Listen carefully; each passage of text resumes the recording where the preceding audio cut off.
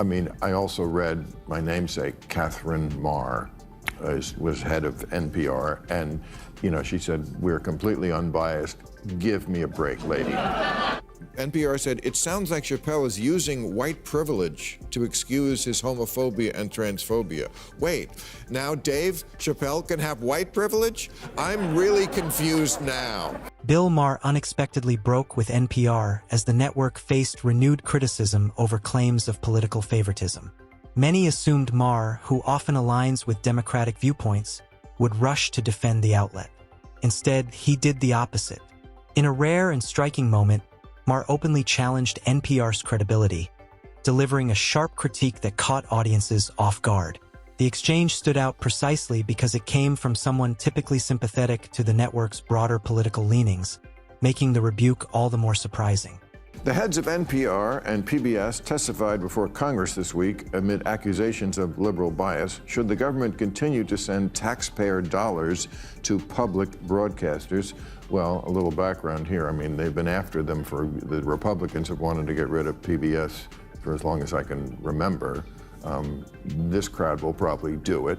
I mean, I also read my namesake, Catherine Maher, was head of NPR, and, she said, "We're completely unbiased.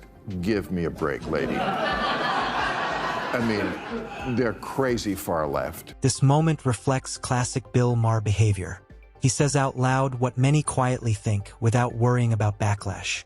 In Maher's view, NPR is not just mildly left-leaning but deeply entrenched in one ideological lane, despite its continued claims of neutrality. Maher isn't arguing that media outlets must be free of opinions. Rather, he takes issue with what he sees as denial. Presenting partisan viewpoints while insisting on total objectivity, he argues, undercuts trust and treats audiences as if they can't recognize patterns themselves. His criticism hits harder because it comes from someone often politically adjacent, making it difficult to dismiss as simple partisan criticism. I mean, I think we're past the age, really, where the government, first of all, why do we need to subsidize? Why can't we have outlets like this? And we're so polarized. These outlets became popular at a time when Republicans and Democrats didn't hate each other and weren't at each other's throats and didn't think each other was an existential threat. In that world, you can't have places like this, I think, anymore. They have to be private. Maher then raises a point that resonates with critics across the spectrum. When a media organization receives government funding, questions naturally arise about independence, accountability, and perception, even without direct political pressure. The appearance alone can weaken public confidence. This is why Maher suggests privatization as a solution. A publicly funded outlet operating in a deeply polarized climate faces an uphill battle convincing skeptics of neutrality. Moving away from taxpayer support wouldn't silence NPR, he argues. It would require the network to rely solely on audience trust, transparency, and credibility. If NPR truly believes in its objectivity, privatization would be the strongest proof. They should just let go of the funding.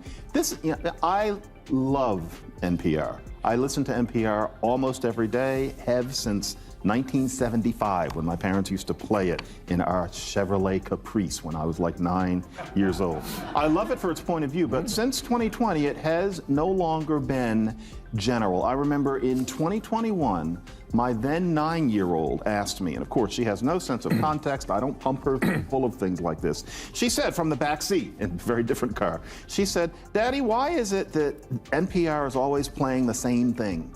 And I said, "What do you mean the same thing?" And I swear she said, now she doesn't have a vocabulary, but she said, "It's always about how somebody can't do something." Scrutiny intensified after reports surfaced regarding edits made to an interview with Kamala Harris. Editing interviews is standard in broadcast media, trimming for time and clarity. That alone isn't controversial. What raised eyebrows was the extent of the restructuring. Critics claim the edits went beyond cleanup, reorganizing responses in ways that changed how the answers came across. To skeptics, this crossed from editing into shaping perception. Whether intentional or not, the episode fueled long-standing concerns that NPR frames coverage in ways that benefit certain political narratives, weakening its claims of strict neutrality. And that what she was getting at was that. I wouldn't have said that about the NPR that I knew back in the day, and I wouldn't have said it 10 years ago, but that is what it is now. I will listen to it daily, but it's no longer a general audience venue. They should just give up national funding. Maher agrees with that assessment. From his standpoint, NPR should not continue operating as a publicly funded institution. If it were private, its political orientation would be understood and accepted, much like other major networks. Viewers don't expect Fox News or MSNBC to be neutral because their positions are openly acknowledged. NPR, however, continues to emphasize public service and impartiality while drawing funding from taxpayers with diverse viewpoints. That contradiction is what Maher finds unacceptable. Privatization wouldn't reduce NPR's voice, he says. It would simply remove the expectation that it speaks for everyone. I'm going to read this one from NPR. It's because the reviews from the critics so at variance with the audience. Rotten Tomatoes, that's a amalgam of reviews. I think in this case 7. His special got a 43%. Audience 95. Says a lot about the differentiation between real people and the... Maher then points to what he sees as a clear illustration of NPR's cultural bias. He references the backlash surrounding comedian Dave Chappelle after jokes that sparked controversy among activist groups. NPR prominently featured a highly critical review of Chappelle's comedy special, assigning it a very low score. What critics noticed was the absence of broader audience reaction, which was overwhelmingly positive. This disparity suggested selective emphasis. By elevating elite criticism while minimizing popular reception, NPR appeared less like a neutral observer and more like a cultural referee guiding interpretation rather than reporting it. I don't have any problem with Latinx, but it doesn't seem to be making any inroads into the communities where most Latinx people live. And so you have this sort of educated dialect way of thinking. And that's the case here, where all of these people, I think, to get back to this simplicity idea, they see that Dave Chappelle is a comedian.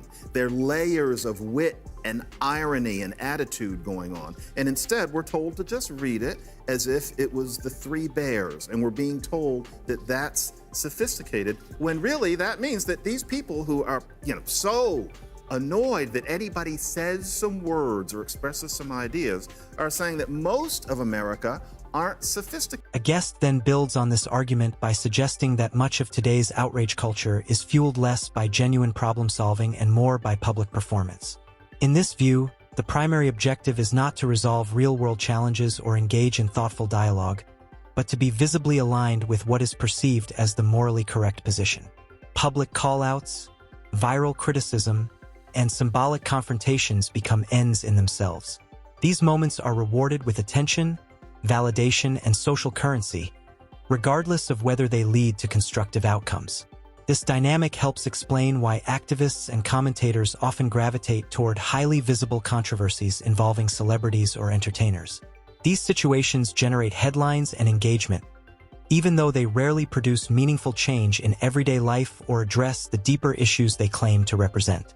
Because you don't agree with what he said, which again, I don't think is transphobic. A lot of the special is about how he has this friendship with a trans person who is his opening act. Maher centers his response on the ideas of responsibility and perspective.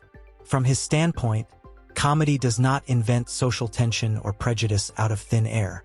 Instead, it reflects the contradictions, anxieties, and uncomfortable realities that already exist within society. Humor acts as a mirror, not a weapon. Targeting comedians, therefore, becomes a convenient shortcut for media organizations and critics who prefer emotional outrage over thoughtful analysis. Rather than grappling with complex cultural debates or engaging with uncomfortable truths, they focus on jokes as symbolic targets. In doing so, nuance is sacrificed, context is ignored, and difficult conversations are reduced to simplified moral judgments. Maher argues that this approach avoids addressing root causes while giving the appearance of taking action. Now let me read the NPR. NPR said, "It sounds like Chappelle is using white privilege to to excuse his homophobia and transphobia. Wait, now Dave Chappelle can have white privilege? I'm really confused now. This larger pattern ultimately explains why Maher believes NPR should no longer receive public funding. He points to an instance in which the network framed Dave Chappelle's commentary through the lens of privilege, a characterization many viewers felt did not align with Chappelle's background or career. For Maher, this moment represented more than a questionable editorial choice. It illustrated how ideological language can override context and lived experience. When a taxpayer-supported media organization applies activist framing in ways that feel disconnected from reality, public trust inevitably erodes. Maher emphasizes that his concern is not about defending any individual comedian or joke. It is about principle and accountability. If publicly funded outlets consistently shape narratives through a narrow ideological lens, true neutrality becomes impossible. In his view, privatization is the only viable path toward transparency, credibility, and honesty. And with that, we reach the end of today's video. If you found this discussion valuable, be sure to like, subscribe, and join us again next time.